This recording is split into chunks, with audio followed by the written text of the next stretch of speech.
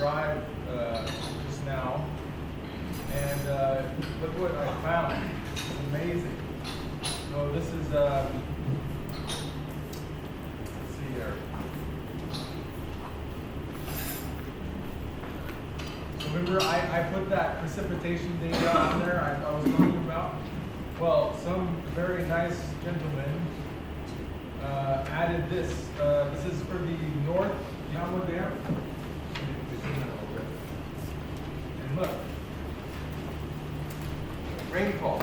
We have some rainfall. So this is, we'll look at the map in a second, but we have it in inches, so 0.4, 0.53. The total actually, in terms of, well, first of all, let's look here. It's mostly the monsoon, starting in May, and then going through December here. So the total is 39.03 inches. So how many millimeters is that? You know?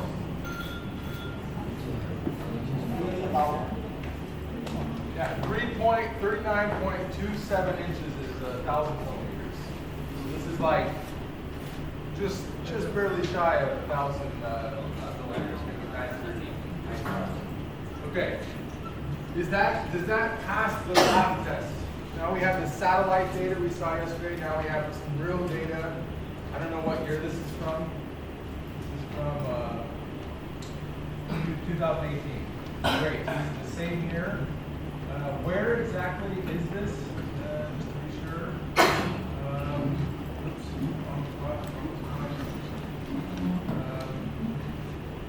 So I guess it must be this one. Is that the? So here's the North Yama. Is this the dam? Is this North Yama dam? Yeah. Here we go. Is this it? Okay. So can we get out our sheet for precipitation yesterday? What was the nearest rain gauge for this one? You have that? Let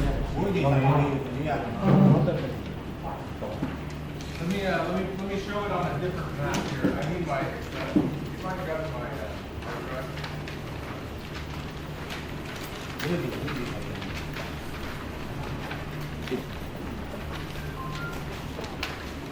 So I think if we look at this map here, where is this? It's pretty close to number 4, actually, isn't it? Yeah. What's number 4 say?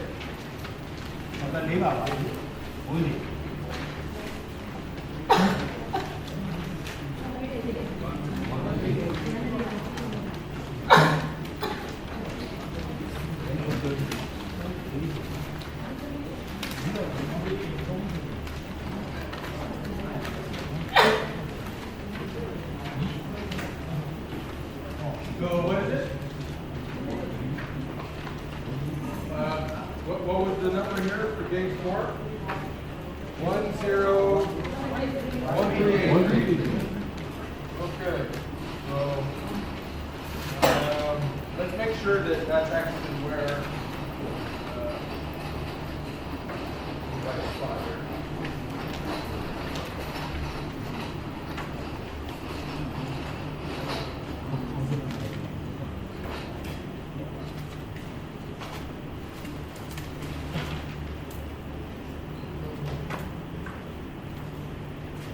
Yeah, so gauge 4 is definitely right around the lake.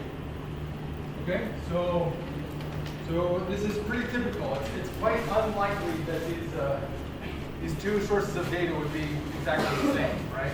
But they're not like way off, so that's good. What is it? It's about 38%, something like that different. So the gauge is saying 1,000, and then the remote sense data is saying almost 1,400 or 1,400. So it's not like it's crazy off, but it'd be interesting to look at how it's distributed through the month. You know, which months were close? Does it follow the right pattern? Okay. Maybe I don't want to say this, but maybe the gauge reader maybe just filled in some data, or the satellites made a mistake, but they usually don't. So, yeah. thank you so much for, did you add this data? Or who did you add it? Yeah? Your name is the same as yours. It said on the Google Drive, it says, yeah. Or did you? Oh, you added, okay. I said, wait a second. You added this. Okay. That makes sense. Thank you. Excellent. Yeah. Good. I look forward to looking at it more. Okay. So this is not what we're talking about right now, but I just wanted to show you that because it's interesting. Okay. So we are talking about this one. No.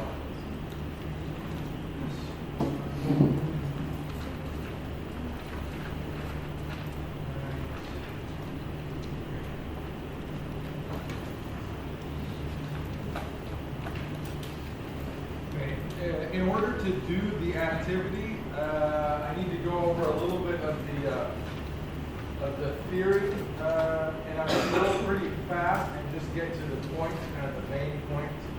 Okay, but I do want to. So here's an outline. I do want to start with this again, though. We always start with this picture, right? We come back and back and back to this picture. Okay, so we have talked about this one here, didn't we? Yesterday, we talked about precipitation. And then we talked about surface flow, right?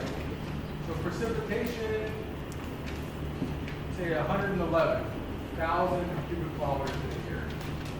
Okay. River outflow is about 46,000 cubic kilometers. So the split here, again, remember, is about 40% is going off as stream flow. And then where does the rest go? How does the balance work out? We have 111 coming in, 45.5 going out. The rest is all terrestrial evapotranspiration. And that just means it happens on the Earth's, the solid part of the Earth's surface, not the ocean. Okay. So this is bigger than all of the rivers in the world flowing out. This is invisible. Most people don't even know that this happens, though. We see the rivers. Wow, the Mississippi, the Mekong, the Irrawaddy. Wow. More water is flowing out of Myanmar invisibly than the Irrawaddy River. You have another Irrawaddy River that you can't see. That every day, water is leaving Myanmar invisibly through an even bigger river than the Irrawaddy, through evaporation, right? Transpiration. This is kind of surprising. There's what we calculated yesterday was 30% roughly of the precipitation was going to stream flow. So the rest of this water must be going to evaporation, right? Okay. So here is a picture of annual evapotranspiration for the entire world. Okay? The red ones are the low numbers, and the purples are the high numbers. Can you find Myanmar here? This one here? What is that right there? That's kind of a little lower area. What area of Myanmar is that? It's the central dry zone, isn't it? Yeah. Okay, so we can see even in this global map the central dry zone of Myanmar. Okay? And what is going on here? Why is that completely blank? It's desert. There is no water to be evaporated, right? There's tons of energy to evaporate the water if it was there, but there's no water to be evaporated, right? So what we think of is there's potential for evaporation and transpiration. There's a huge potential. The air is dry, it's windy, it's hot, there's lots of solar radiation, but there's no water. So actual ET is low. Potential ET is high. Okay? So there's this difference, potential and actual. We'll talk about that some more. Where are the highest ETs in the world? Remember this? Here's the equator. This is the tropics. Right? Okay. So that's kind of the global picture. And if we zoom in, this is somewhere, I actually don't know where this is, but this is where they irrigate with the center pivot sprinklers. You don't have those in the barn, I think. They put a well in, and then they have this big arm, maybe 1-2 kilometers long, that has sprinklers that pivots around in a circle. So from space, you see all these circles, right? Those are called center pivots. I don't think you have those. I'm going to skip the formal definition. You can read it and look at it if you want. I think we know what evaporation and transpiration is, though. Do we know? Let me ask you. What is transpiration? Transpiration. Yeah. So it's this fancy big word that we made. Really, it's still evaporation. It's just where it came from, right? So it's evaporation from the plant. And then evaporation is evaporation from everything else. I guess is the way to define it, right? So evaporation from a plant, transpiration. Evaporation from everything else, evaporation. And then the sum of the two, to make this funny word here, evapotranspiration. Evapotranspiration. 7 syllables. That's ridiculous. Okay, you need to think about that. Yeah, I'm going to skip over this. That's evaporation. Transpiration, we just talked about this. I think I have a picture. I don't have a picture. Rats. It's important that we know just real quickly, and I'll just kind of talk about it, why transpiration happens. You know, as people, we breathe, don't we? And when we breathe, what are we really looking for as a person? When we breathe in, what are we trying to get inside of our body? What's the goal of breathing? Oxygen. We need oxygen. There's a lot of nitrogen in the air also, right? That's the biggest molecule in the air, right? But oxygen, luckily, is about 20% of the atmosphere, 22 or something. When we breathe, we're looking for oxygen. And what do we use oxygen for as a human being? What is it? Okay, it's Respiration. Or respiration. Okay, so no, like okay, but I just like teach and as a doctor. Oxygen will अधिका use होगा ना लोग खाना बुरे बात है बालों बुरे मेटाबॉलिज्म है हम ना बातें ले ना लोग का cell ये माचू बोले cellular respiration को कहते हैं so अरा भाई cell ये थे माचू लाओ cellular respiration oxygen अधिका होगा अरा ना वाली ने सिया वाली ने तो क्या पता ना वाले cellular respiration. Good. And in cellular respiration, we just think in conceptual terms. You have oxygen, and then we put that together with what? Oxygen plus something equals energy and carbon dioxide and yeah. So we need a carbohydrate. We need a carbon, hydrogen, oxygen. We need a the C, H, and O, right? So we can call that a sugar or whatever. But we need oxygen. We need a carbohydrate, and we need. We put those together, we get water, carbon dioxide, and some energy, right? That's cellular respiration. That's what we do, right? Okay. Plants do the exact opposite. This is this beautiful cycle, yeah, right? So organisms, oxygen, carbohydrate, water, carbon dioxide, and energy, right? I really should write this up on the board here. Okay. So we have, so people do this. People are oxygen and C6H12O6 goes to water plus carbon dioxide plus energy, right? If we balance this out, this has to be 6, which means if that's 6, then that means this is also 6, isn't it? No, but that doesn't balance. Oh yeah, but then we have 6 this 3, this becomes 9. We need 9, right? Okay. Exactly. So he should be teaching this. Okay. But this is in broad terms, people take oxygen and this sugar here and make water and carbon dioxide here. Okay? Plants go exactly the opposite way. So they need water, they need carbon dioxide, and they need some energy, and then they can make sugars and oxygen. It's the exact same thing, but it goes in the exact opposite direction, right?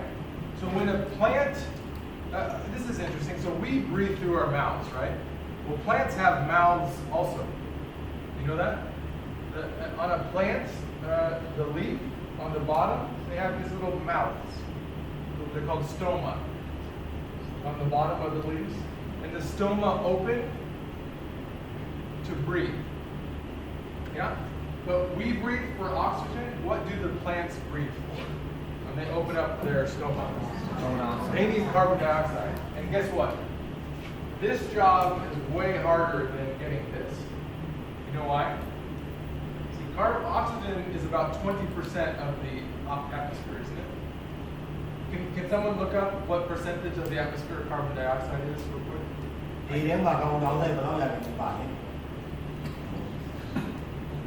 Okay, so nitrogen, 78.7, no. Oxygen, 28, 27. And carbon dioxide, okay, so ready? So oxygen is roughly like 22%, I think, that's from memory. Carbon dioxide is roughly 0.04%. Okay? So which has a harder job? Who has a harder job, people or plants? Plants. Okay. It's a very difficult job for them to get carbon dioxide. And so they have to leave their mouths open a lot and try to get this carbon dioxide to come in. They're trying to breathe that carbon dioxide in. Now, when their mouth is open, the carbon dioxide is coming in, right? But guess what else is happening? Like, for instance, like if I have this, let's say this is my plant here, and my stoma are closed. So there's no carbon dioxide coming in, there's nothing coming out, it's closed. I open my stoma, right? Okay, now carbon dioxide can come in, but what else can happen? Water, which is in the plant, can come out. See, so carbon dioxide can come in, but water can come out. So really, evaporation or transpiration specifically is a byproduct of plants breathing for carbon dioxide. And in the process, water goes through the stoma and out. And it helps the plant in some ways, it cools the plant. It helps the plant create a vacuum to pull up nutrients. So there's some benefits to it, but also it does it a lot more than it actually needs to, just because it needs to get carbon dioxide. It has to work hard. So lots and lots of water is transpired, huge amounts of water. Okay, so maybe you explain that. You know, I do. I think that's you got it. I think that's you got it. See, yeah, no. Do I want to let the area of video do shoot? You know, ma, and I go there. I said, "Luda, restoration of body. Go and say the day, ma, no, no, no, no, Yan are out in the air. How they are, he pare, he, now, you know, a started him up by sugar, the Alon Paula, a part he got energy also energy to target who are more to around your show. Energy fed, the general you get those do. Like I told it, he can tell it, come outside, we have it all, shoot token. The shoot token come outside one day, a pain the gar, a sachet. Now, you are them a sachet, no? You are them a sachet who will go to Balone, they are maybe all, come outside go, but you didn't, you didn't. To my the county was that in Mahobu, then you had the out to my about the Rao, so of Yaz was to my town. And I see, I don't know you there, Kamadi. The general Sabataka in the Road Valley, conservation of mass network and Virginia. Count out the Junior. You do it a Kaya, you had them they are blouching. You have media and they are blouching. Then everything, count out you the end of a child, you call you a well dollar.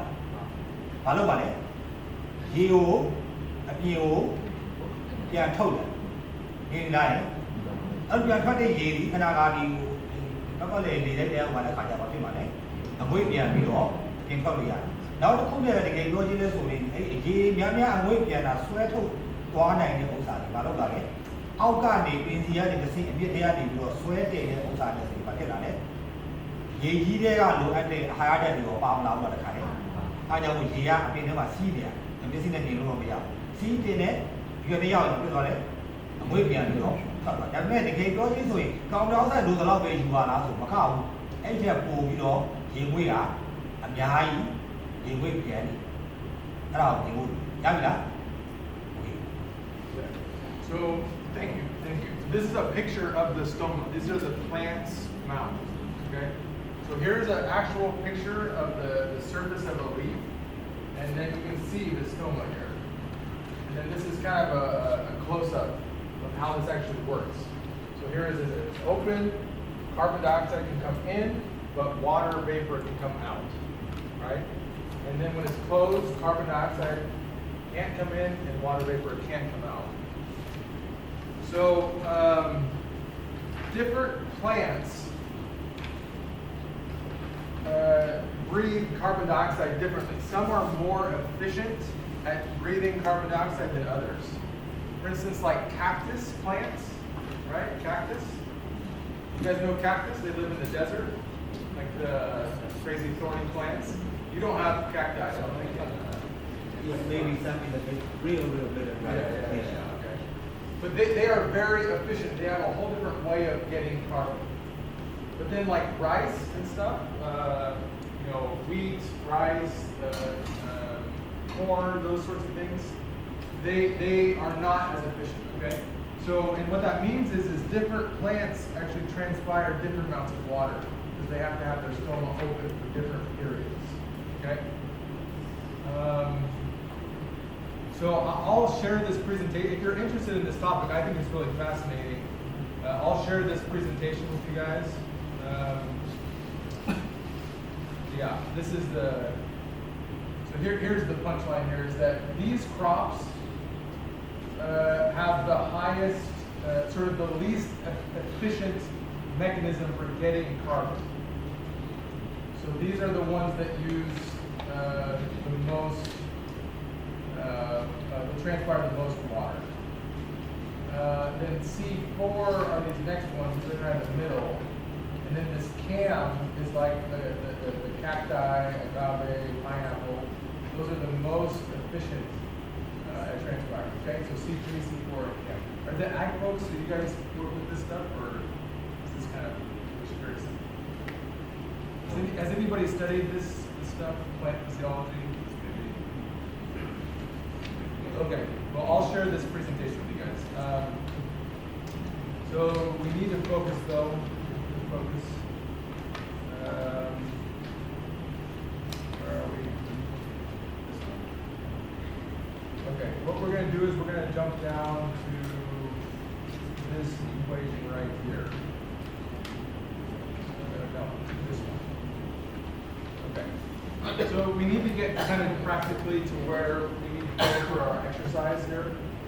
It's already about 20. Okay.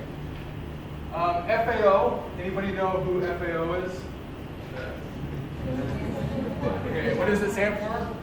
FAO. Food and Agriculture Organization. Okay. We're all here because of the FAO, right? So thank you, FAO. FAO does some really wonderful things. In addition to doing trainings like this, they also put out publications, scientific publications, about really important things. This one is probably, actually, this is the most cited piece of water resources literature in the world. It is the most important water document that's ever been created in terms of the scientific literature. FAO 56. And it has like 20,000 citations or something like that. It's crazy. So Rick Allen authored this, and it uses the Penman-Monteith equation to calculate evapotranspiration. And the way that works is you come up with a reference ET. And this reference ET represents like a well-watered plot of grass. And it's how much ET would happen from that plot of grass.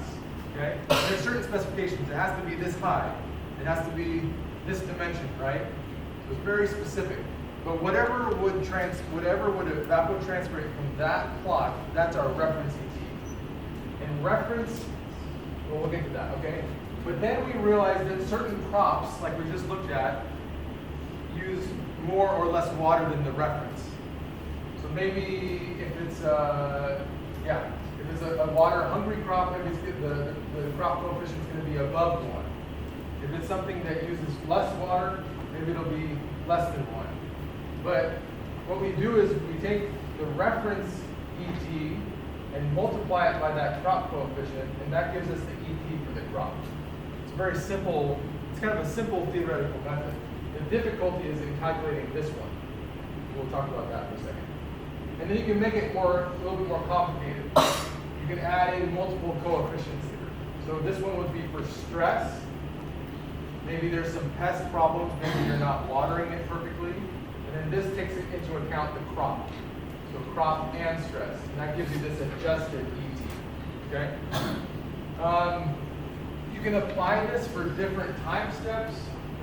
It can be daily, weekly, 10-day, monthly. We will do monthly calculations. Actually, we'll probably do annual to make it easy. But we could do monthly. But this is the key. ETO is hard. The reference ET is hard to calculate. It's really hard to measure. So oftentimes governments provide it as a service for people. There's maps. Like in California, we have the California Irrigation Management Information System, CIMIS. CIMIS gives reference ET data for all of California for free so that farmers can use it. Okay, maybe we should have like a CIMIS thing for MIMIS, Myanmar Irrigation Management Information System. So here's how it works again. We have the reference ET times some factor for the crop you're growing, and that gives you the ET of the crop. That's the simple approach. If you see how this crop is kind of sparse, there's some stress, like maybe you didn't plant it well, or maybe there was some disease that got some of the plants, then you can take your reference ET, multiply it by your crop coefficient, and some coefficient for stress. And then you get your crop coefficient, your ET for the crop adjusted. Okay, so these are kind of the basic steps. You have to get through this step to get the crop ET, but you can also adjust it for stress. So I think, let me stop there and then you can just explain these steps here. Yeah, and I just want to make one more point. That the reference ET is driven by climate, completely a function of climate. And these 4 things are the 4 important climate parameters, okay? Number 1 is temperature or solar radiation, right?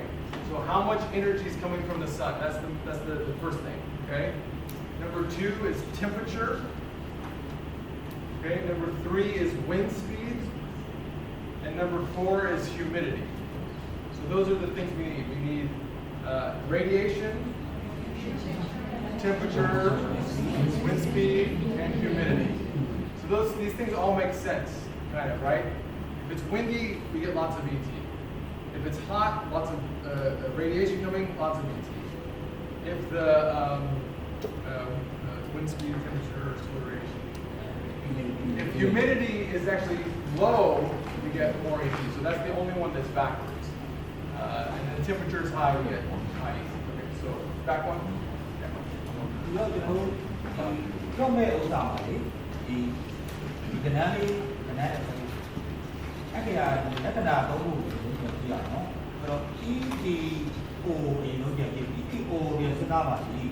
Reference they are alike, they alike.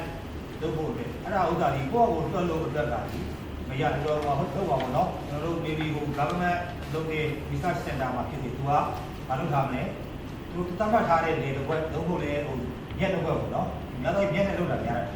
မြတ်တော်ဥမာတိဟိုဆယ်မိပတ်လည်းဖြစ်ဖြစ်မယ်ဒီကဘလောက်ဒီနောင်သားဖြစ်တာဖြစ်ပြီးတော့မှအဲ့ဒီအတွက်ရှိတဲ့ဥစ္စာကိုတိုင်းလိုက်ပေါ့တိုင်းလိုက်တဲ့ဥစ္စာကဘာလို့ပါလဲကြံတဲ့အပင်များအားလုံးအတွက်ကိုသူ့အတွက်ကိုသူ့ကိုအခြေခံပြီးတော့မလုပ်ရနဲ့တွက်လို့ရတယ်သူ့ကိုအခြေခံလိုက်တယ်သူ့ဘာနဲ့ပြောက်ပါလဲတပင်ချင်းမျိုးစိတ်တစ်ခုချင်းနဲ့ဘာနဲ့ပြောက်ပါလဲ cross efficient coefficient ဖြစ်တဲ့ညှိုးကိန်းနဲ့ပြန်ပြောက်တယ်ဟောညှိုးကိန်းရလည်းပဲဒီတိုင်းရိုးရိုးပဲပြောက်မယ်ဆိုရင်တော့ခဏကအားလုံးအတွက်ကိုတွက်ဖို့တက်ပေးထားပြီးသားဖြစ်တဲ့ EPO နဲ့တပင်ချင်းအတွက် coefficient နဲ့ပြောက်လိုက်မရဘူးလားရတယ်ဒါပေမဲ့အဲ့ဒါကလည်းဘယ်ပုံမှာအခြေခံနေသေးလဲဆိုတော့အဲ့ဒီ level ကွင်းဒီကိုစိုက်တဲ့ level မှာထားပါတော့စဘာပဲထားပါတော့ကွင်းဥစ္စာဒီတို့သတ်မှတ်ထားလောက်တဲ့အပင်အရေအတွက်အမြင့်အရေအတွက်ဒီဘလောက်အားရရှိမရှိဘဲနဲ့အကြောင်းကြောင့်မို့လို့ပိုးထိုးလို့ပဲဖြစ်စေပေါင်းကြောက်ပဲဖြစ်စေဥစ္စာမှာနောက်ပုံနဲ့မြင်ရပို့ပြီးတော့မြင်ရပါလိမ့်မယ်ခွက်ကြားလေးဖြစ်နေ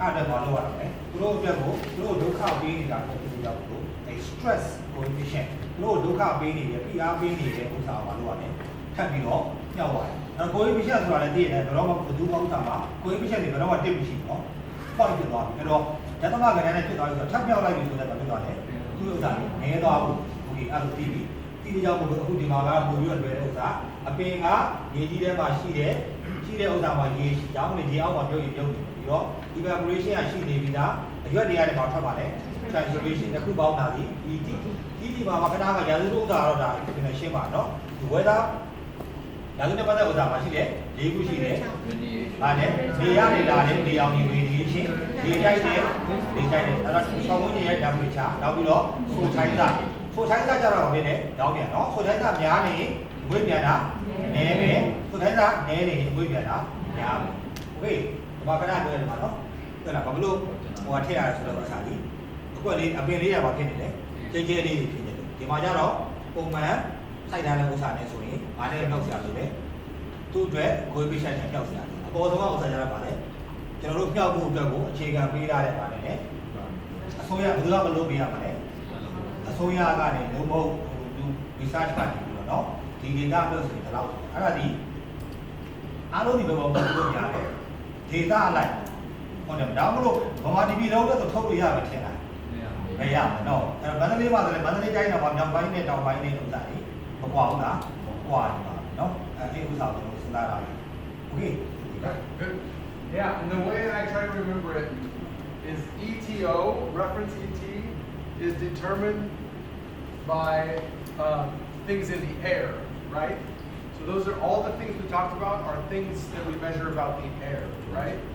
The crop coefficient here that we use, the KC, is determined by the crop. So it's kind of like this spot here, okay? And then the stress coefficient, the KS, is determined by down here. So maybe there's not enough soil moisture.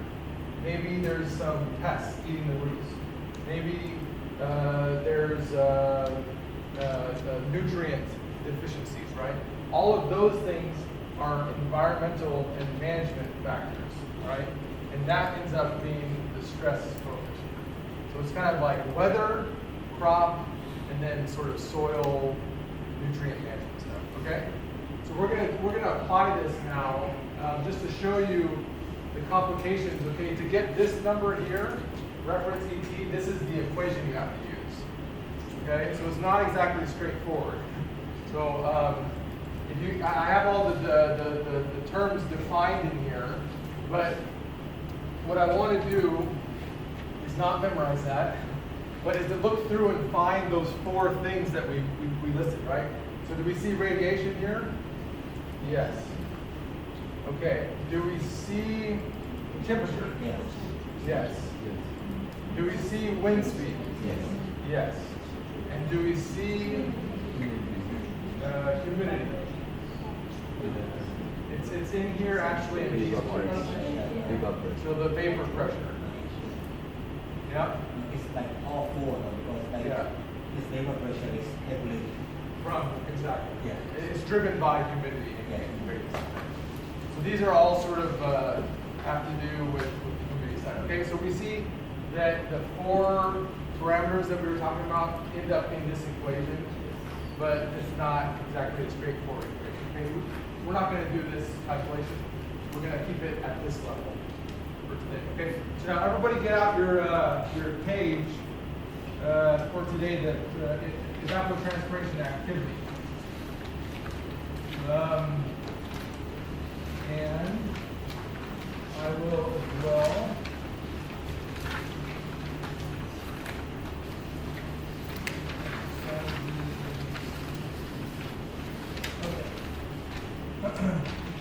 So it's this one here.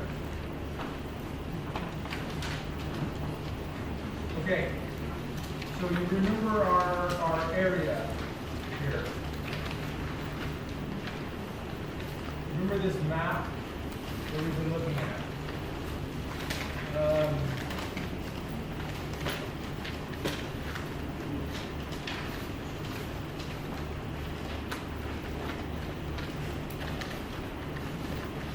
Okay. Remember EMI, the International Water Management Institute? They made this nice land use, land cover classification for us. We need to ground truth it when we go, hopefully, if we get the chance to go to the ballet, then we can take some measurements with our phone, right? Okay, this is rise, this is lake, this is whatever, right? We can ground truth this, but for now we use this now. This is forest, this is kind of irrigated lands, and this is water, and then this is cities here. What I've done is I've taken this data and I've summarized it into kind of the basic categories. And I've kind of made up a little bit just to make it easier. So if I zoom in here, here's my table. Do we remember what the total area of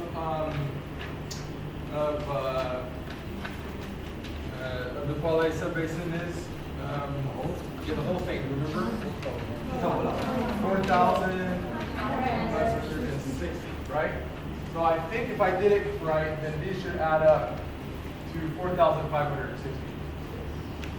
Okay? And I know that there's not this much rice. I know that this is an overestimate, but I just wanted to make this simple. And so I just said, okay, if I go back to that other map, what I did was I took the forest, and that actually is 600 and whatever I put there. The forest is like 670 something, 79. So if you take all the green area, that's actually how many square kilometers that is. If you take all of the cities, it actually is 29 or whatever I put in there. Something for settlements. 23, okay. And then the water, that's actually correct also. 29. And what else? There's one more. There's weeds. How many? 106. Okay. So the weeds, I actually just made that one up because I wanted to add that in for the exercise. And then the rest, I just said was rice. Okay. So please don't give this analysis to your boss and say, here's the water accounts for the Palais subbasin. Because then look at, who told you there's 3,723 acres of rice in the Palais subbasin? That guy doesn't know what he's talking about. So I'm right now telling you, I hope I do know what I'm talking about, and this is wrong. So, but this is just for example, okay? We'll get closer to the truth as we get more data and more time to work on this, okay? Okay, so those are the land use descriptions. And then here's the start and the end of the planting season for these crops. We're going to assume that outside of the planting season or the growing season, that ET is 0, just to make it easy. So what does that mean? It means for these 3,723 square kilometers, from January to May, what is the ET for this land? 0. And from November and December, it's also 0. But from June to October, we have to figure out what it is, right? But the rest of these are eating the whole time, January to December, January to December, January to December, okay? အခုပြောမယ့်ဥစ္စာပါဒီဟိုခဏနေမများအောင်ချုပ်အောင်လေချင်းချင်းပဲအပိုင်းတစ်ပိုင်းနဲ့ခဏနေပုံနဲ့သိချင်တယ်ပြီးတော့မရှိမလဲတစ်တော်ထုံးကားတဲ့နေရာတွေရှိမယ်စိတ်တွေနောက်ကချက်ပါရမယ်နောက်ပြီးတော့ရေရှိတဲ့နေရာ10ပါရေကန်နေပေါ့လေအမှတနေရာရှိမယ်ပြီးတော့နောက်ပါရှိဘုံနေရေးရွာတွေပေါ့ ကျေးရွာတွေမျိုးလည်းရှိပြီဆိုတော့အဲ့ဒါဥစားတွေထုတ်လို့လေဒီကဒီလည်းအခုသတ်မှတ်ပေးလိုက်တယ်နောက်ပြီးတော့ပေါင်းမင်တွေလည်းရှိပြီကျန်တဲ့အပင်တွေအားလုံးတော့တဘာကြီးပဲလုပ်တယ်ဟုတ်ပြီနော်တဘာကြီးပဲဆိုမှဒါလည်းတွေ့ရတယ်ရှင်းအောင်လေအဲတဘာကလည်းတစ်ခုရှိတာကစိုက်ချိန်ကာလဟိုမလုပ်ရင်ဒီနေ့နေအထိပဲအဲ့ဒီမနလာလေဇွန်ကနေပြီးတော့အော်တိုဘာလအထိပဲတွက်လို့ရတယ်ကျန်တဲ့အချိန်မှာတော့အဲ့ကွင်းထဲမှာဘာမှမရှိတော့ဘူးပြောင်းပြသွားပြီးတော့သဘောထားပြီးတော့ ET ကိုမလုပ်ပါနဲ့0အတွက်လည်းအခုတက်ခိုင်းမှာသူ့ကိုevery for 1 whole year ပဲ Yes, yeah 2018. ဒီ2018တစ်နှစ်သုံးကတက်မှာဖြစ်တဲ့ကြောင့်မို့လို့ကျန်တဲ့ဥစ္စာတွေနဲ့တဘာဝင်းနေနဲ့လေဝင်းနေနဲ့မတူတာလေးတစ်ခုပဲရှိတယ်နော်โอเคဒီဥစ္စာလည်းဖြစ်တာလေလက်တွေ့လုပ်ကြည့်တဲ့ဥစ္စာဖြစ်တဲ့ကြောင့်မို့လို့အမှန်တော့အားရတော့ဒီပါတယ်နော် Okay, we're also going to make things more simple. We're going to make an assumption here that the crop coefficient doesn't change with time.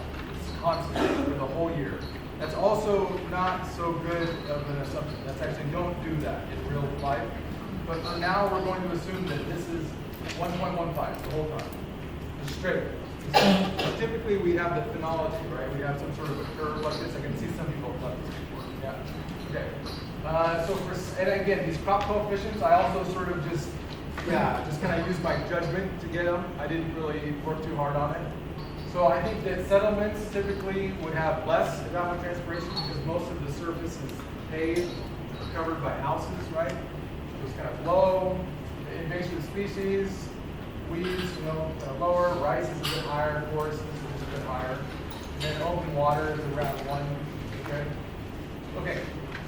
So then, what do we need? If we have the crop area and we have the crop coefficient, we need, what do we need in terms of the FAO 56 method? equation မှာပြောဖို့လည်းပါလို့သေးတယ်အဲ့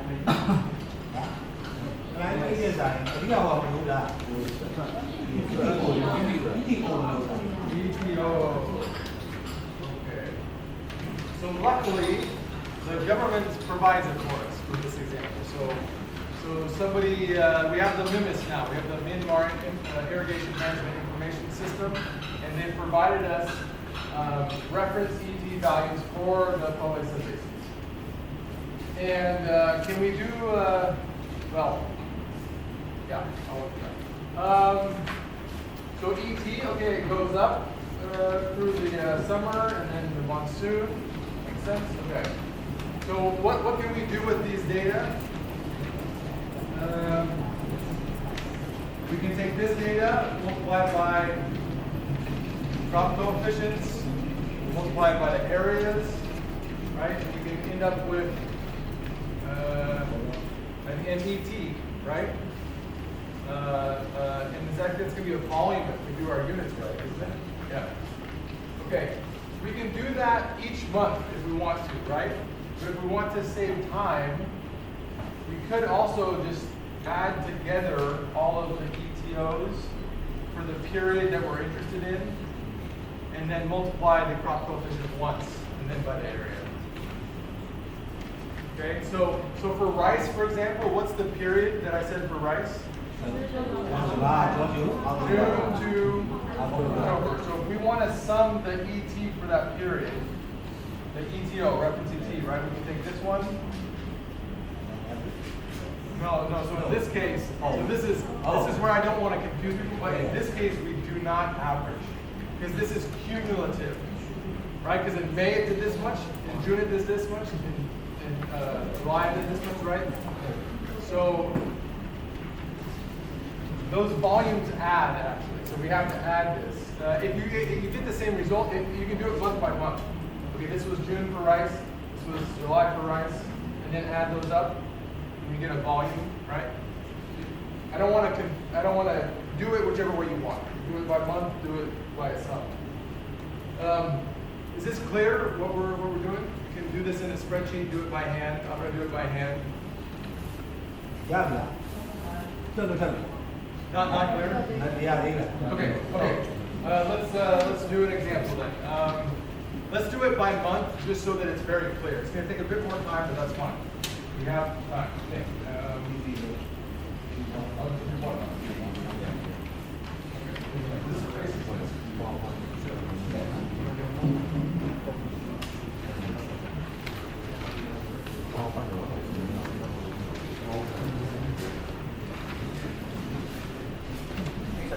Okay, if it's clear, you can go forward. If it's not clear, just pay attention. ရှင်းတဲ့လူများတဘာတဘာမှမတွေ့ရ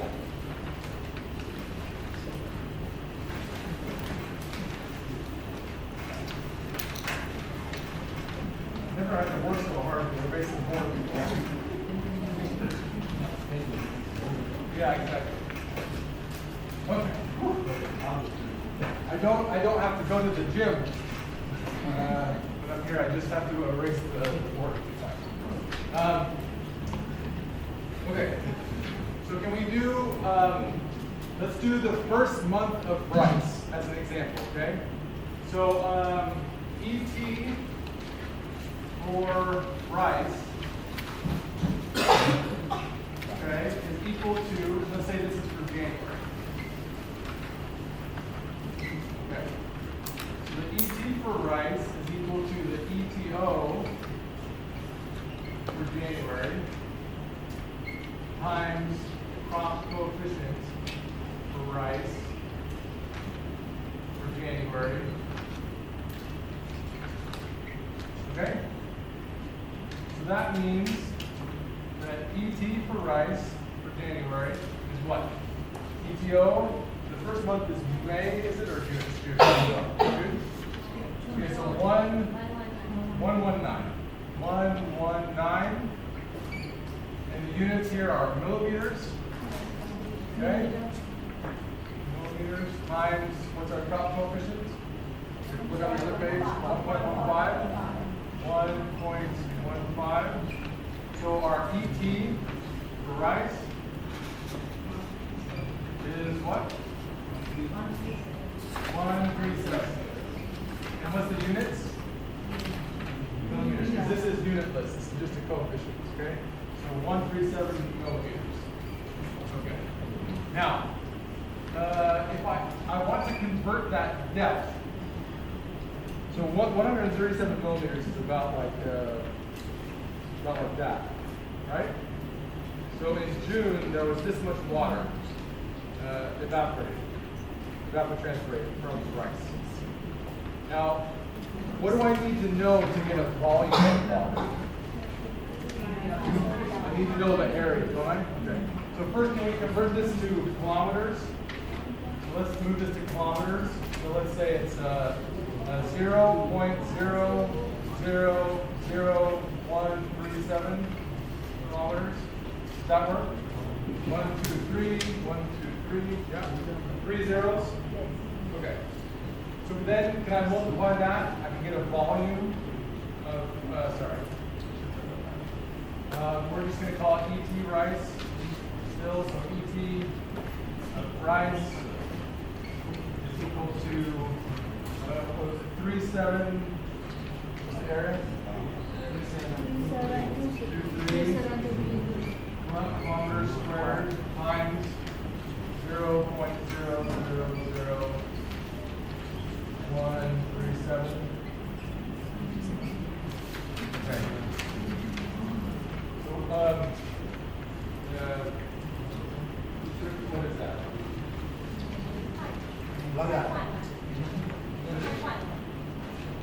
Hello? I must have done something wrong.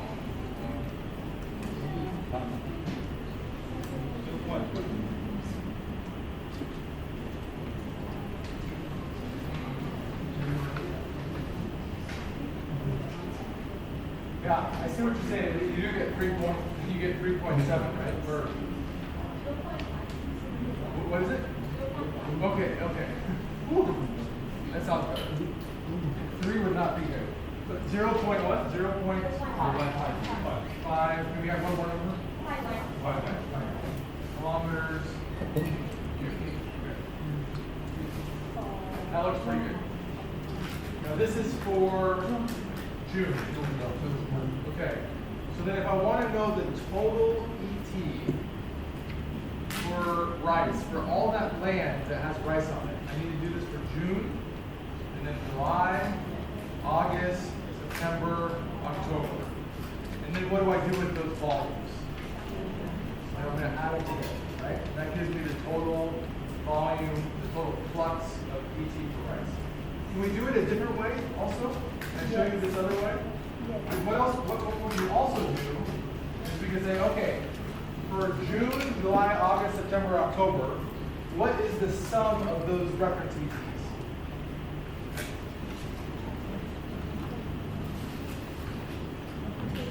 Can we add them together? Somebody get a calculator. 119 plus 113. Somebody add these up. 547. Okay. So that means I'm going to erase this. Is that okay? Get my workout. Okay.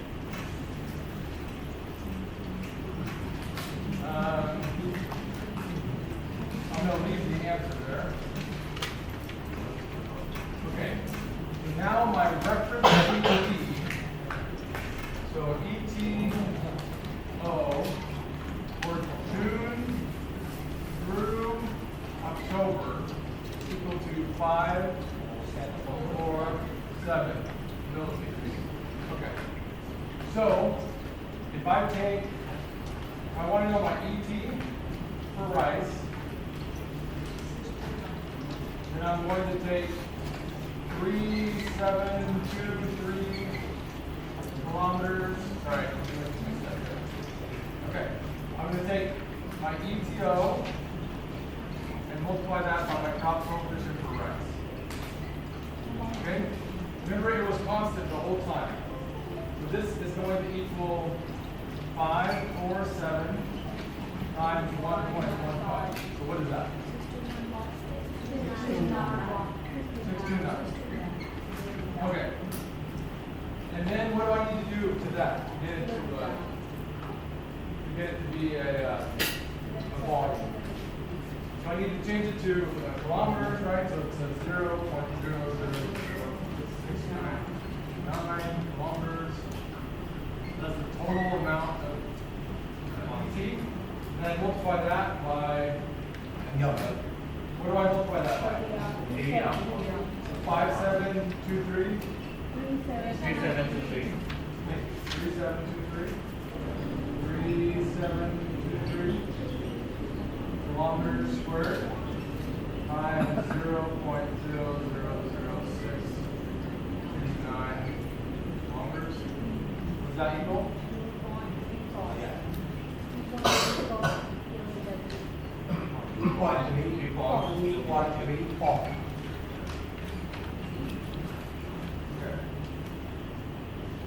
Okay, why is that bigger than what we calculated before? So this one was 0.51, and now I have 2.34. Why are those different? Because this is just for one month. This is the whole thing. And you will get the same answer. You can do each month individually, right, and then add them up, or you can add up the ET and then multiply by the area once. It doesn't matter. But you get the same number. This is a little bit easier, right?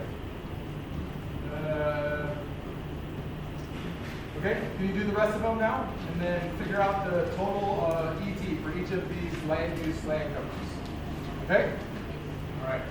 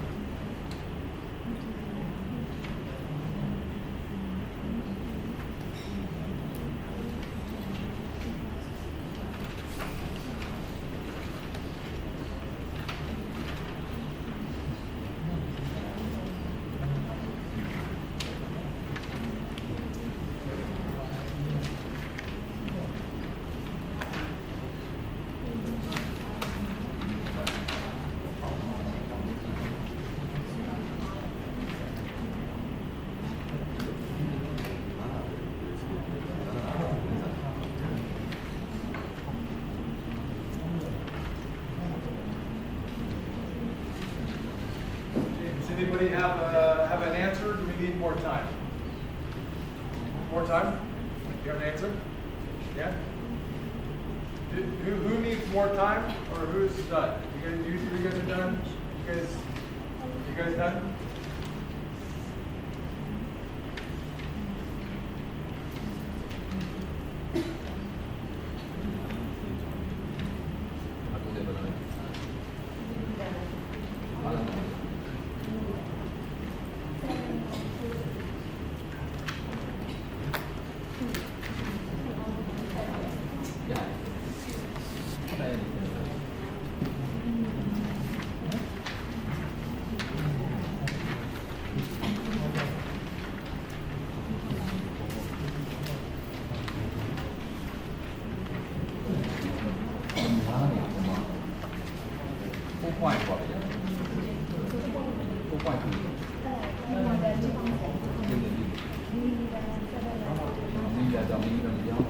Okay, I know that not everybody is done yet, but we're going to talk about something really important. And then you guys keep working. Just 2 minutes, 2 minutes. Did everybody do the laugh test on this data? Did you? Yeah? This is really, really important. Did everybody do the laugh test on this data? So first of all, let's do it on this one up here. Okay. Does this data look reasonable? We know how big our basin is. Did anybody check to make sure this adds up to something close? We can just do it visually. It's about right, isn't it? And crop coefficients should be between maybe 0.5, 1-ish. There's no like 10s here or anything crazy. Yeah? Can we look at our reference evapotranspiration data? How does this look? How do these data look? Okay, it's cold. This is the winter. Okay, it's warming up. Okay, the monsoon starts, so there's some cloud cover, so there's not as much radiation. So the ET goes down, the reference ET goes down a bit. Okay, we're going into the post-monsoon winter months. Whoa, whoa, whoa. What? Oh no. Last night it was like 1 in the morning and I just made a mistake. I'm sorry. I totally did it on purpose though, right?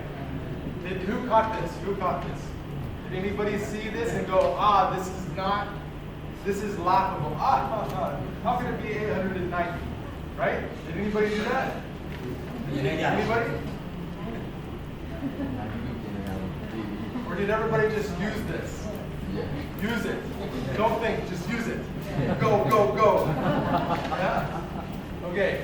Yeah. Go, go, go. Wrong answer. Right?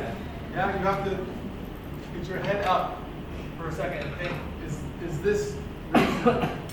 This 1 month is more ET than all the other months? No, that's not reasonable. Okay, so what can we do to fix it? Can we fix it maybe? Let's look at it. Okay, we have 101 here. We have 77 here. Can we do some interpolation maybe? Right? ET kind of follows this like trend, right? So should it go like 101 and then 890 and then 77? Does that make sense? No. So can we make a straight line?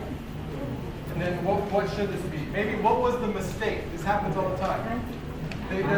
What was actually, this is a human error.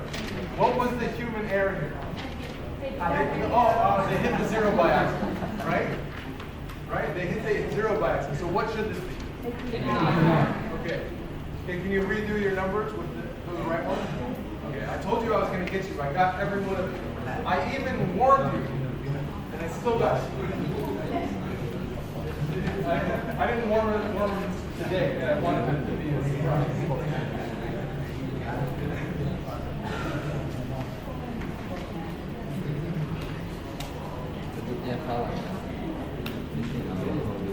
I actually forgot to do that.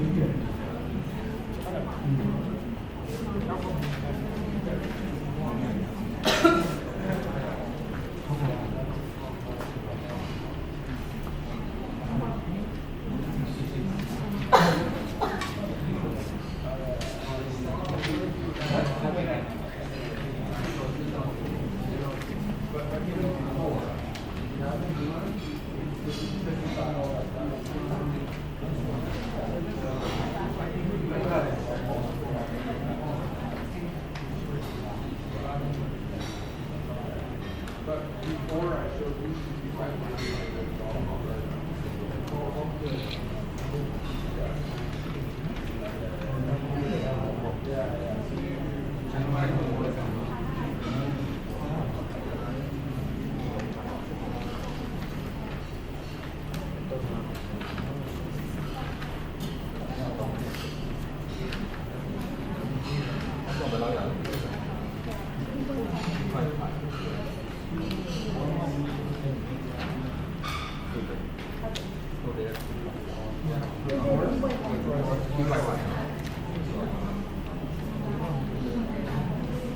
Gotcha, guys.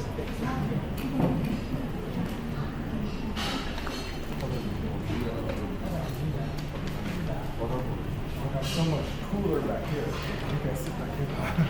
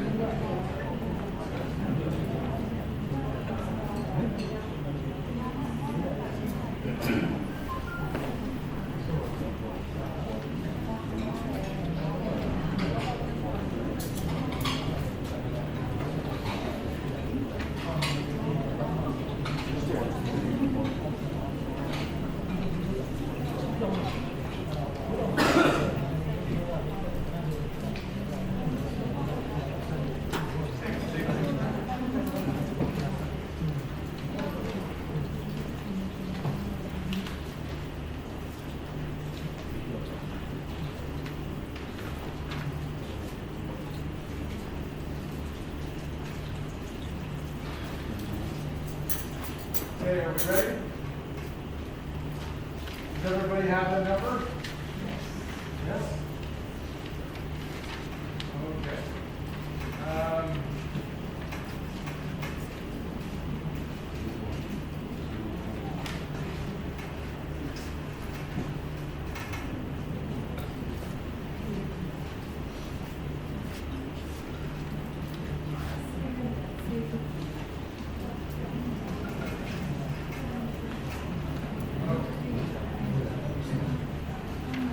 Okay, so for rice,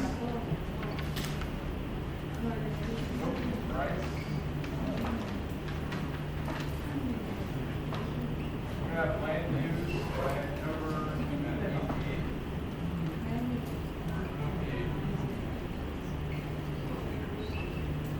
Okay. So rice, what was the, oh, sorry, not millimeters. Kilometers. Okay, actually, can we do both? Do people have the, oh, I'd like to do both. Do millimeters and the ET.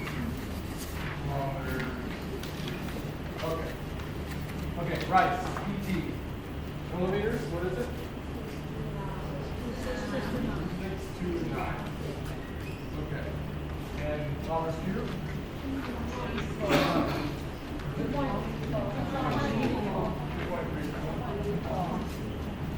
Okay. Next one. Florence. And 145. I think you're using the one with the 890 still maybe. What is it? 1485. 1485. Okay? 1.01? Thank you for rounding. I'm glad you didn't say 1.00634729843. Okay, next one. Water. Okay. 141. Wet. Okay. 0.04. Okay. And? Okay, so,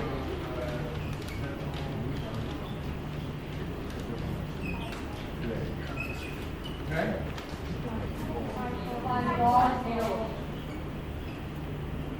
Okay. Excellent. Okay, and? Weeds. You guys know invasive species, that word invasive? It just means like plants that are invading, that are non-native. So like, in the US we have problems with many plants like this, but one would be, there's this thing called star thistle. It's this terrible weed that has these thorns that pop your tires and stuff, and it spreads really quickly. And as that grows, it takes away the moisture from the native species, like the annual and perennial grasses. And so it ends up killing the native species, and it takes over, like it's invading like an army, right?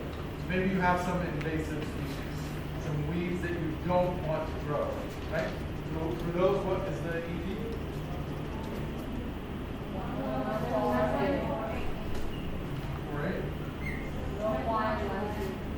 0.1.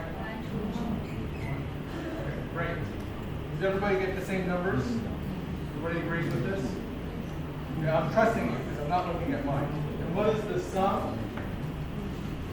Here? 3 point. Yeah, okay. I think I had 2.52, but it's close enough. 5, and it's 2, isn't it? It's 2 and 1, 3, 7, 8, 12. Okay, so maybe there's some rounding problems with it. Let's say 3.52 cubic kilometers. Okay.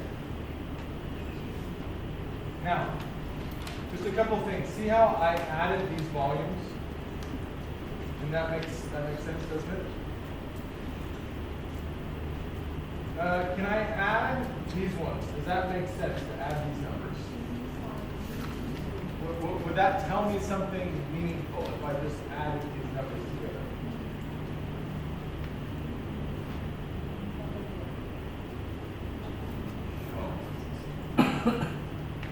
It doesn't make any sense to add these. You can add volumes of water, no problem.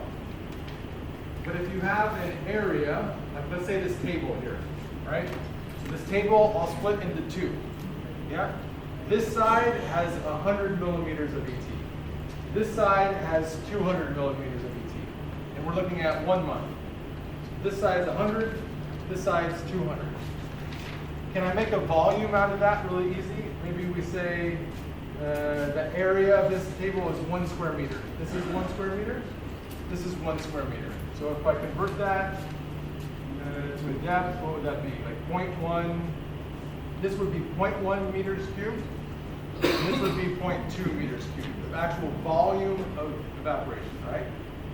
Okay, now the volumes I can add together if I'm interested in the total ET for the table. 0.1, 0.2, so the answer is 0.3, okay?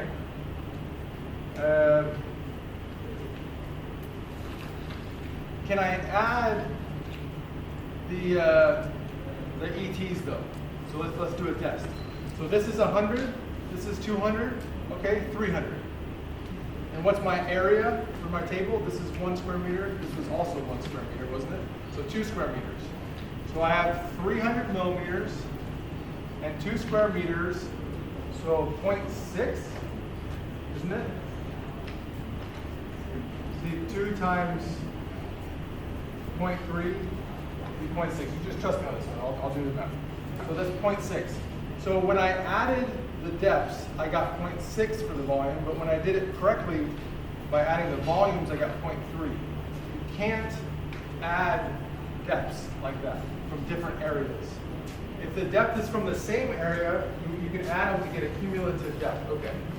But if the depths were in 2 areas, you can't add them together. You have to apply them just to that area, just to this area. Sorry for being so close to this. Okay, you can't add the depths from different areas. Okay, that's very, very important. So these depths are from different areas, aren't they? Okay. If we wanted to know the average depth of ET for the whole area, we have a couple of options. The easiest one would be to take this volume and divide by the total area, wouldn't it?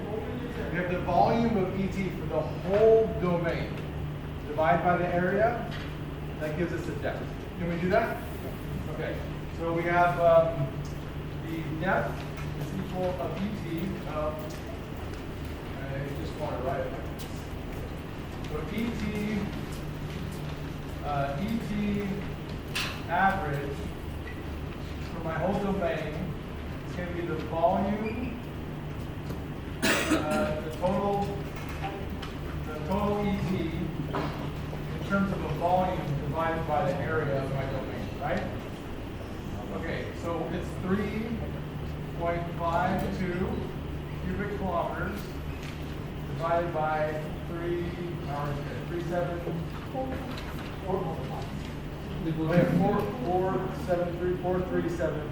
What is it? Sorry, the total area of the domain, short kilometer. It's like 4.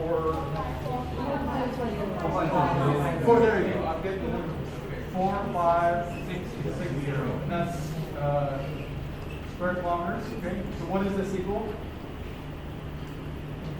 Can someone do it?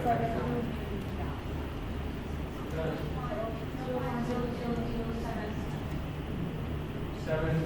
Okay. That's kilometers. You can do that to millimeters. 770.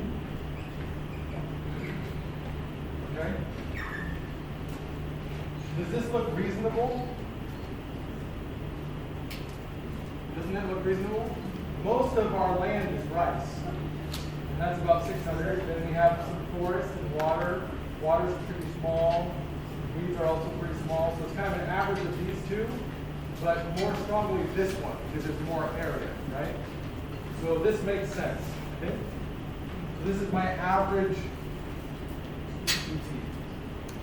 Okay, for the whole domain in terms of the depth. And this is my total ET plus in terms of the volume. Okay? So,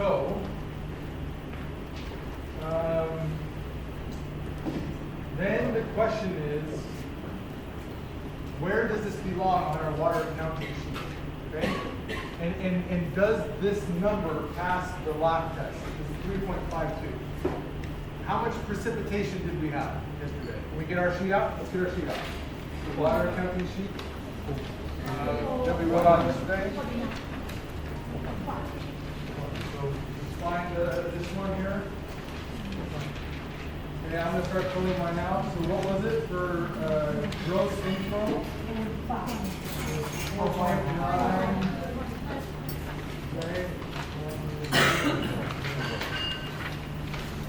Okay. So the total precipitation was 4.9. Does this number make sense then? 3.52? Does it make sense? used the 890, you would have ended up with something like maybe right around 5, let's say. And then you would have looked at your precipitation and say, ah, precipitation is 4.9 and ET is 5. Wait a second. Stream flow is also there. How is that possible, right? The outflows would have added up way more than the inflows, wouldn't they? Okay. But here we have 3.52. And what was our outflow? What was our 1.4? I think I had 4. Okay. And then so where does this number go? This number, where does it belong? It's a depletion, isn't it? Okay. So let's write that in. 3.5.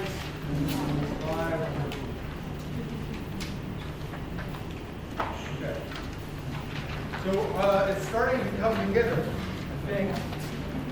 Is our depleted and our outflow pretty close to our precipitation? Do they add up pretty close? Yeah. 3.52, 1.34, or 3.7 you guys had. That's pretty close. But now is the important work. Now, so we've done the easy work. We filled in depletion. But now we need to know, okay, of that depletion, what's beneficial and what's non-beneficial. See, now we group it together. Okay? So let's look here. Can we make a vote? Okay. Which of these depletions is beneficial and which of them is not? So I'm gonna put B and NB. Okay, that stands for beneficial or non-beneficial. Vice? Beneficial. Forest? I think so. Water? Remember, this is from a lake. You would prefer it not to happen. You could, wouldn't you? The evaporation is just the loss from a lake. If you could maybe somehow cover the lake and stop that, you'd have more water for outflow. So I think we can call this one non-beneficial. Okay. And then how about settlements? I mean, we need a place to live, right? Who thinks that, I mean, this is the water that we're using maybe for our gardens, in our homes, maybe when we take a bath, maybe when we have our water fights next week, when we spray the water at each other next week, right? Yeah, and then it evaporates. Is that beneficial or non-beneficial? Oh, did you have fun? Was it fun? I mean, our gardens in our house are beneficial. Say it again. Oh, growing plants. Yeah, okay, yeah. So that would be beneficial. Okay, what do we want to do? I vote, my vote is for beneficial. But you guys, I should have let you vote first. Now you're all going to vote.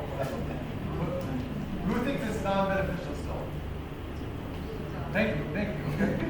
So, maybe we can let people decide this. Maybe we don't have to all agree on it. How about weeds? Maybe we skip it for now. Weeds? Yeah, we can all agree.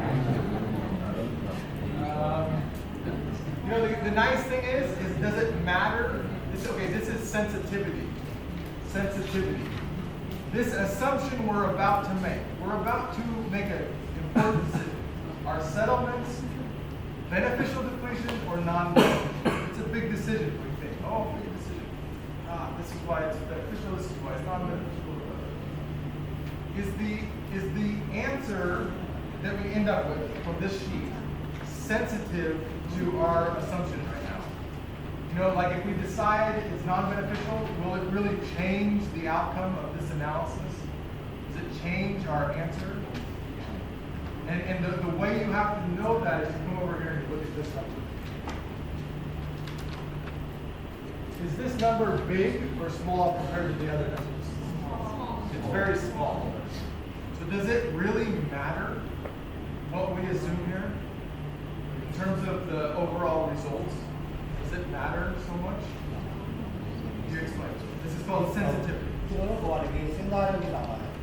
ကျိုးတက်ရောက်မှုဘယ်လောက်ရှိလဲ။ပြန်ပြောတဲ့ဥစ္စာမှာဒီနေ့အခုတော့ဒီဟိုတော့မထူကြဘူး။ကိစ္စမရှိဘူး။အကျိုးရှိလားမရှိလားဒီဥစ္စာ။တကယ်တမ်းအရေးကြီးပဲဒီရဲ့သူ့ရဲ့သုံးလေးကြီးတယ်။အဲ့တော့အဖြစ်ပဲ။အဲဒါဒီကြောင့်လို့တကယ်တမ်းကျွန်တော်တို့ဒီထွက်မဲ့ထွက်လာမဲ့ကလည်းဥစ္စာပဲအကျိုးတက်ရောက်မှုဘယ်လောက်ရှိဟုတ်တယ်နည်းနည်းလေးပဲရှိမရှိဘူးတော့မဟုတ်တော့0ပေါင်းတော့ရှိတာရှိပါအဲအကျိုးတက်ရောက်မှုမရှိအဲ့တော့ဘာမှဆက်လာလို့ရှိတယ်ဒီလိုဥစ္စာပါဘယ်လောက်ဒီပါဖြစ်လဲနော်နောက်တစ်ခုဒါဟိုကအနည်းတစ်ခုတက်တယ်လို့ပြောတယ်ဒီလူနေအင်ဂျီတွေကနေပြီးတော့ထွက်တဲ့ဥစ္စာဒီအကျိုးရှိတာမရှိတာကျွန်တော်အခုလုပ်နေတဲ့အခုလုံးဝါတာပဲလားဆိုဝါတာအကောင့်ကြီးတော့ဘယ်လိုဘူးတယ်လို့အဲ့လိုစောနေအတွက်လားစီနေအတွက်လားသဘာဝမင်းနေအတွက်လားလူတွေအတွက်အပါတော့ဆိုအဲ့ဒါလေးကိုပုံဝေးသွားနေတော့ဟုတ်တယ်ပါကျွန်တော်လူတွေဆက်လက်ပြီးအသက်ရှင်ရပ်တည်နိုင်ဖို့ရေအလုံးတော့ရှိပါမလားရနိုင်ပါဦးလားလူတွေအတွက်တော့တခြားဂျိုပါလူရှိလာရဲ့ဘယ်ဂျိုပါရှိမရှိတာခဏနေအဲ့ဒါဘေးရောက်တော့ဒီဂျိုပါကျွန်တော်တို့နေတယ်ကျွန်တော်တို့အတွက်လူတွေအတွက်ရေရအောင်ဟုတ်တယ်နော်အဲ့တော့လူတွေသုံးတဲ့လူအတွက်သုံးတဲ့အားမှရှင်းပြီနော်ကျွန်တော်လူသုံးတဲ့ဟာပါဆိုရေပဲချုံချုံရေပဲစင်စင်ရေပဲတောက်တောက်အကုန်လုံးဒီကျွန်တော်စိတ်တွေတော့ကျွန်တော်စိတ်တွေပြောရတော့ပါဒီမှာပဲဘယ်နဲ့ပဲချေလို့ဒါပေမဲ့ခဏဆက်စစ်တဲ့ဥစ္စာရှင်းပြီနော်ဆက်တစ်ခုတော့ I wish I could understand the joke. ကျွန်တော်တို့တွေးရကျွန်တော်မြင်ရပါရှိတော့ခုကတွေးလို့ရတယ်ဟုတ်ကဲ့ကျွန်တော်အဲ့မှာလည်းရှုပ်သွား water နဲ့ settlement ဟုတ်ကဲ့ဘာလို့လဲဆိုရင် water ဆိုရေရှိနေနေတာကောင်းတယ်ဟုတ်ကဲ့ဒါပေမဲ့ရေကြောင့်ရေ area များလို့ ET ပမာဏဖြစ်မှုကပုံများတယ်ဆိုကောင်းတယ်ဒါဆိုတော့ settlement လည်း settlement ရှိလူမျိုးကောင်းတယ်ဟုတ်ကဲ့ settlement မရှိဘူးဆိုရင်ဟုတ်မရှိရင်လည်း ET ပမာဏနည်းလို့စဉ်းစားကြည့်အဲ့ဘယ်ရှိကောင်းလဲကျွန်တော်တို့ကြောင်းတွေ့ကြည့်ရဟုတ် So this question, yes. Can you say that okay, all the areas, yes, there are some open water. Yep. This will be open water. Yep. Open water, that means there will be okay, or yeah. And then there will still be some off. Yes. There will be zero. So which do we prefer when we calculate water gallons and water count? Should we have more open water, or should we focus more on settling? Okay, well there's no easy answer to that. It's a good question. But can we think about this one here? I'm going to make a picture real quick.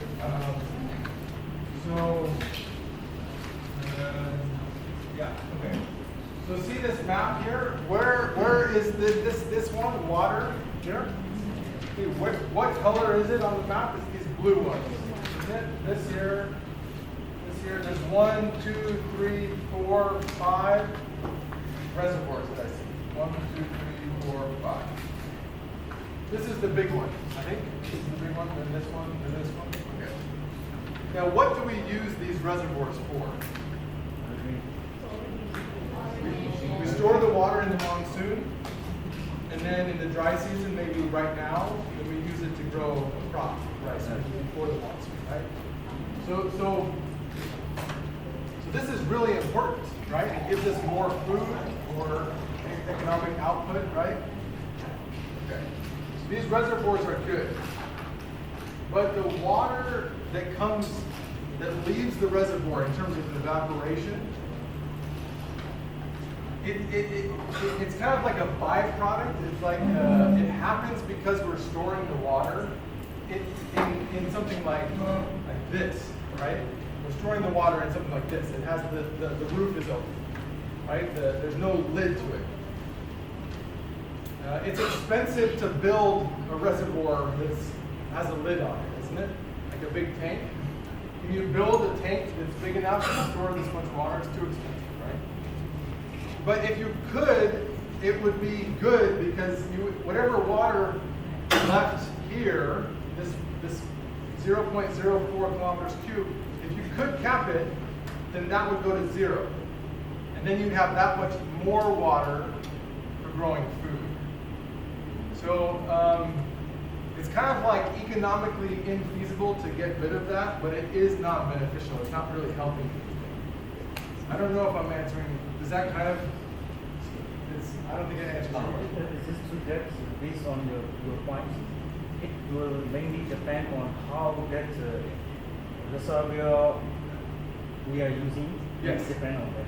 So Absolutely. It may be especially different from place to places. Absolutely, yeah. And this number is, if we think of the calculation we just did, that number came from the area of water from this map,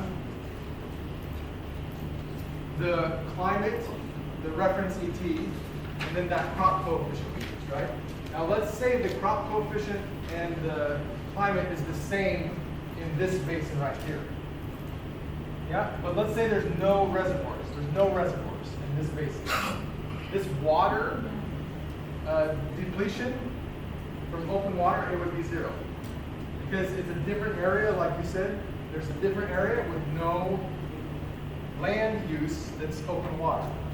Yeah, so absolutely. So it's going to differ wherever you are. If you're in a domain with big lakes, then this number could be big. For instance, in Egypt, on the Nile River, they have the high Aswan Dam. I don't know if it's actually in Egypt still, but it's on the Nile. You know what country is it? In Egypt. It's in a very hot, very dry, very windy, very low humidity area of northern Africa, right? And the evaporation loss is huge. This number is like huge. Like maybe like, I don't know, half, or not quite half, but an incredible amount of the water. If they could lower that, then they could use more, but they just can't practically do anything about it. It's just a byproduct of storing the water. Yeah. အဲ့တော့ဥပမာနေရှင်ပြောကြည့်တော့ကျွန်တော်တို့ဒီဒေသမှာရှိတဲ့ရေကန်လေးတွေရေကန်ဆိုတာလည်းဟိုအပေါ်ကနေအုပ်ထားလို့မရတဲ့ရေကန်ပါအဲ့တော့ဟိုတတိပယ်ကလည်းရေကန်ဖြစ်တဲ့ကြောင့်သူဒီဟိုနေနဲ့ရေနဲ့နေနဲ့ကတော့ထိတော့ထိတွေ့အမွေးပြန်မဲ့ဥစ္စာကြီးမရှိလို့မရဘူးရှိတာရှိတဲ့ဥစ္စာကဒါပေမဲ့အဲ့တခုမှထပ်ပြီးဖြစ်လို့လေသူကမပြောရတာပဲကျွန်တော်လည်းစဉ်းစားမိတယ်အပိုင်းပြန်စဉ်းစားကြည့်ဆိုအဲ့ဒီရေနေရာမရှိလို့အဲ့ဒီနေရာမှာဒီအလွတ်တော့မဟုတ်ပေါင်းဝေတွေဖြစ်သွားရင်တော့အဝိပြတာမရှိဘူးလားရှိပါဘူးအဲ့တော့ဒါကြောင့်အကျိုးနဲ့ပြည့်နေပြန်လို့အဲ့တော့ရေလောင်ကန်အနေနဲ့ထားရေလောင်ကန်ကျွန်တော်အဓိကဘာလဲလို့လဲမိုးရွာတဲ့ရေကိုဟိုအရေတွေကသဘာဝအနေနဲ့ဆုတ်လာပေးတာအခုဒီထောက်ပေးတဲ့ရာသီကပြန်ပြီးတော့ဟိုရေသိမ်းဖို့အတွက်ပြည်တောက်ရေတုံးရေတချို့အညာတချို့ဒေသပါတော့တောက်ရေပါပေါ့နော်သုံးလို့ရအဲ့ဒီရေသုံးလို့ရမယ့်အကျိုးကျေးဇူးအိမ်ပြန်ထွက်မဲ့အဝိပြန်မဲ့ဥစ္စာကိုလည်းဖြစ်ပြီးဟိုထက်ထွက်တဲ့နေရာမှာလေအကျိုးနဲ့ဆိုင်အပြည့်ဘယ်လောက်ရှိသွားလဲပါသွားတယ်အခုနမူနာအနေနဲ့ကျွန်တော်တို့နဲ့ဟိုအများကြီးဝေးกว่าတယ်အနေအများကြီးဝေးกว่าတယ်နိုင်ဒီပမာလောက်ထားတယ်အီဂျစ်ပြည်ကနေအာဖဂန်ဆိုတဲ့ကြံကြီးရှိအဲ့အကြီးမှာဆိုရင်အဲ့ဒီကကျွန်တော်တို့ခဏပုံမှန်နဲ့ပြင်ပြီးသားမှာဟိုစားစက်ကနေနဲ့ကတ်နေပြီကျန်တဲ့နေရာကအငွေ့ပြန်တွေကဘာမှမရှိဘူးပေါ်ဒီဒီတော့မရှိတဲ့ဟာဖြစ်တာဖြူပြီးဖြစ်နေအဲ့လွတ်နေတဲ့နေရာတွေကအဲ့လွတ်တဲ့နေရာတွေမှာဆိုရင်လုံးဝကြီးကိုတခြားအငွေ့ပြန်တွေကမရှိဘူးဒီလောင်ကန်လေးလောက်တဲ့တော့ဘာဖြစ်လာလဲအဲ့ဒီကနေအငွေ့ပြန်မဲ့ဥစ္စာတကယ်တိတိကျထွက်သေးဆိုရင်ကျန်တဲ့အောက်ပါဆယ်ရေပေးရမယ့်ဥစ္စာတွေအများကြီးရော့သွားတယ်အဲ့လိုဖြစ်တဲ့ဆိုပြီးတော့လုံးဝမလုပ်ရင်လည်းမြစ်ကြီးပဲရှိနေရတဲ့ဆိုင်ပို့ပြီးတော့အကျိုးမရှိနိုင်ဘူးအဲ့ဒါကိုပြောကြည့်လို့ဒါမှမဟုတ်ဒီမှာ beneficial ဖြစ်တာမဖြစ်တာလဲဆိုတာ Yeah, so this is the middle, right? This is the Sahara Desert, right? This is that spot on the map where the ET was 0. But potential ET is like really high, but actual ET is very small. But they are very fortunate, the Egyptians, that there's this tropical belt, right, which is the Nile River watershed that flows like this to the north. And so they make a dam here at Aswan, and they store this water. And then see all this green through here? And then this is the Nile River Delta. That feeds much of the Middle East and Egypt here. Okay? But all of the water that's lost as a depletion from the lake here, this is the lake. It's a huge number, big number. And if we go here, what we're arguing about or discussing is where does it belong? We know it's a depletion. So the water that evaporates from that lake, the Aswan Dam, it's a big number, and we know it's a depletion. So is it beneficial or not? So I think it's not beneficial because we're not growing any food, right? We're not generating, well, we are generating some power, but the evaporation is not about that. Yeah, okay, so let's keep going with our votes here. Did we agree on settlement? Well, sensitivity, that's what we talked about. So did you get that point? Yeah. It's so small, it doesn't matter what the vote is. But I'm going to assume right now that it's better. Okay. So then what we need to do is we need to take this data and put it onto our accounts here, right? So depletion is 3.52. So beneficial is what? So this plus this plus this. 3.36. Yeah? Okay, I almost got my pen out and started writing over here. Don't do that. Don't let me do that. I'll be in big trouble. So this one's 3.36. Right? And then this one is what?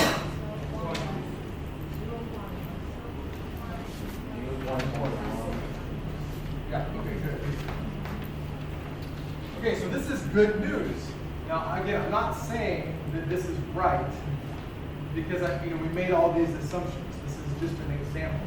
But if this was really the water accounts for Palais, then we would say, wow, most of what we're depleting is beneficial. We're growing rice with it. That's good. We're doing a good job. What was this again? This is 3 point. Put it right up here.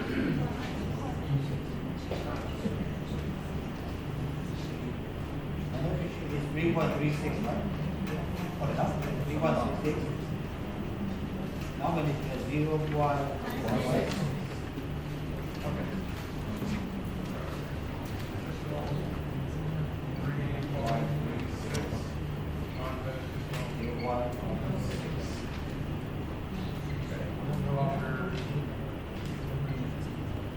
Okay.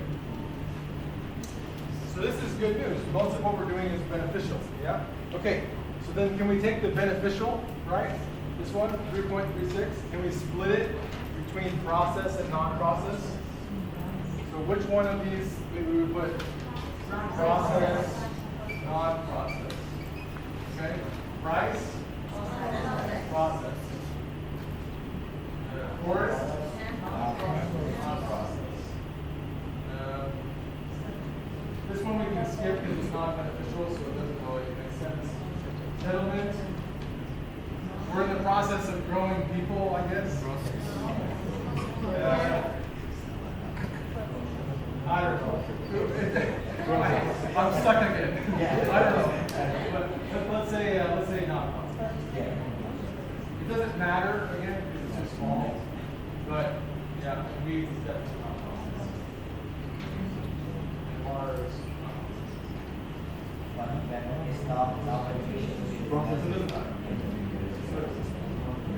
okay, so what does it add up to then? So process.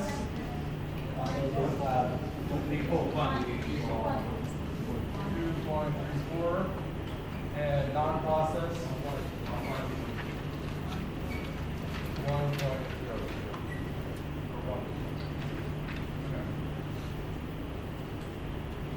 Okay, so we've finished the depletion, right, for our water accounts.